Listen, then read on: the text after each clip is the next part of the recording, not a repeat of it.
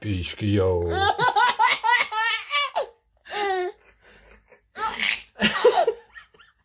Martin je piškio. Tata je piškio. Mama je piškila. Piškio. Ok, dosta. Idemo se kupamo. Nije. Piškio.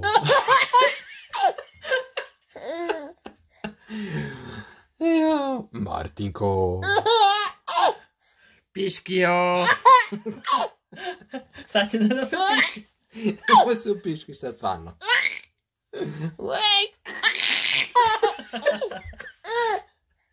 Jedi bre, si ti napio malo pre, si cugno tate spiva, a? Piškio. Dobro.